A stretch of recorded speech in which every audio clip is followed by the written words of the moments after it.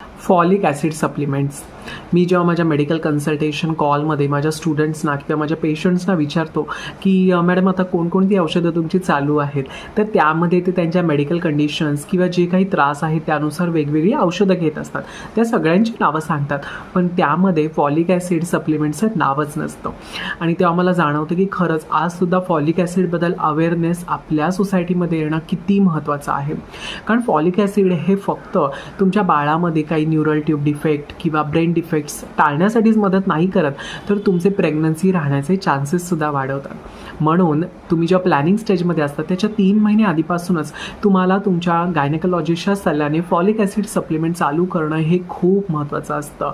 त्यामुळे folic acid आपल्याला वेगवेगळ्या आहारामधून सुद्धा मिळतंच, परंतु जेव्हा प्रेग्नन्सीची गोष्ट येते तेव्हा आपण कोणत्याही आहारावरती डिपेंड नाही राहू शकत.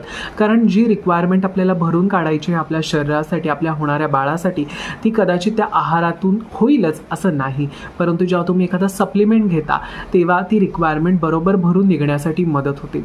त्यामुळे तुम्ही सुद्धा आजच तुमच्या गायनेकोलॉजिस्टला भेटा जर तुम्ही प्लॅनिंग स्टेजमध्ये असाल, बाळासाठी प्रयत्न करत असाल, आणि तुमचे फॉलिक ॲसिड सप्लिमेंट लगेच चालू करा.